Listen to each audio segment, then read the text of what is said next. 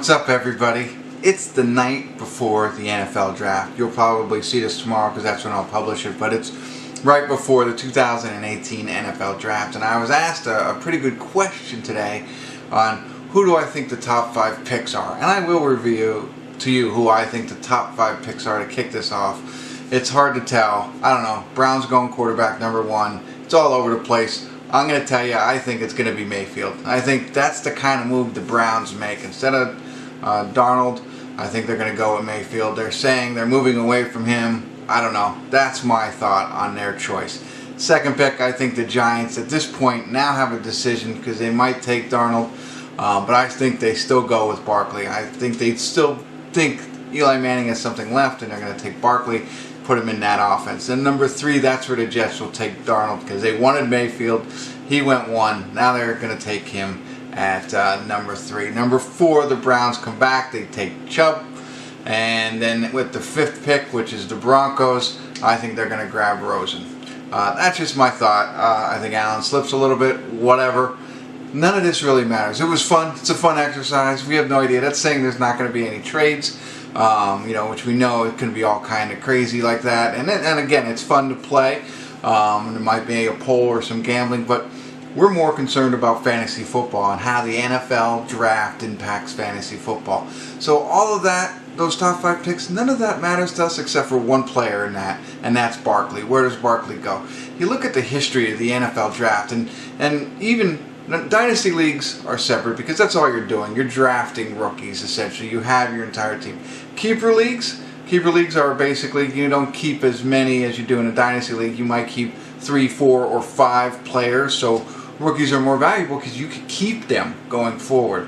And redraft leagues, rookies really fall to the bottom. So it depends on what kind of league you're playing in. I'm mainly in keeper leagues where I'm keeping 3, 4, maybe 5.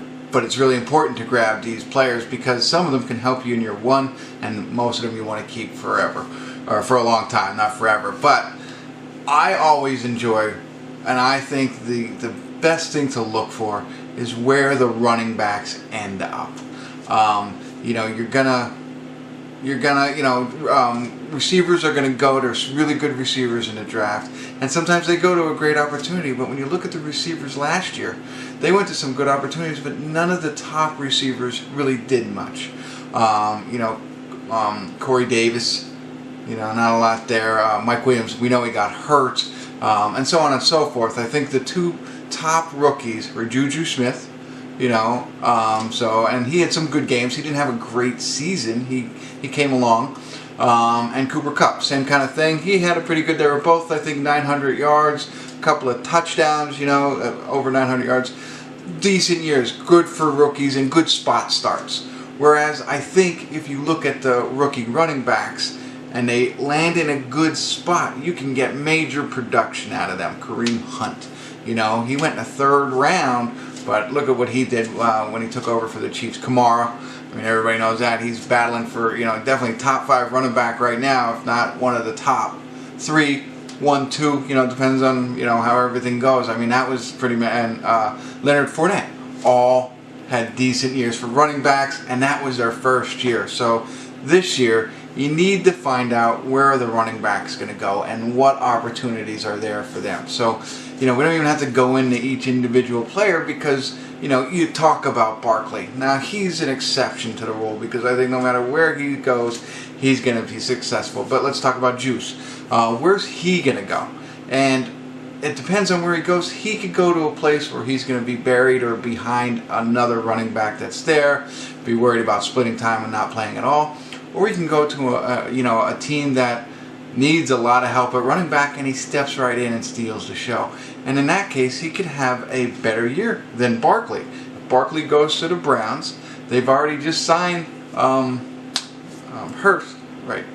They just signed the running back. I'm blanking on his name, but top 8 running back money. Now, he's there. Maybe they cut him, maybe not, but he might share time in the first year if he goes to the Browns, which I'm really hoping he doesn't.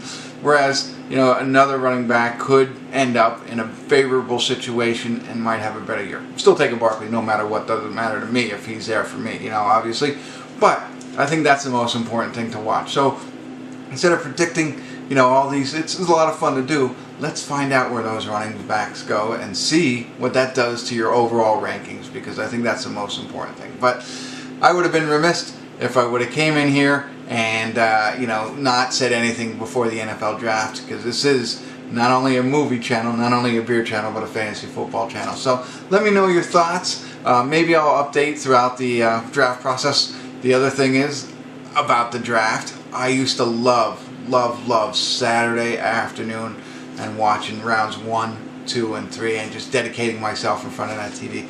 Not a big fan of the way it's set up. Only one round tomorrow night, and then it goes into Friday night and round 2, and then on the weekends, I don't like it. I like to have it all at once and enjoy it and just plan my whole weekend around it. So I'm not a fan of it. Maybe you are. Let me know your thoughts on that. But I tell you what, I think I'm going to commit to you that after round 1, we'll talk about what has happened, how does it impact our fantasy. We'll do it round 2, and we'll do it until at least the top 5 running backs are gone. Because again, I think that's important. Quarterbacks are fun. They're good for dynasty leagues. Keeper leagues, not so much. Maybe stash them on your running back. I don't know if you're going to find a Deshaun Watson in this draft, but you don't know. It's all about where they end up and the opportunity they're given. So stick around. Tune in the next couple of nights or days or whenever you get a chance, and let's talk some fantasy football on the NFL draft. So thanks for tuning in. Kimmel's Irish Pub.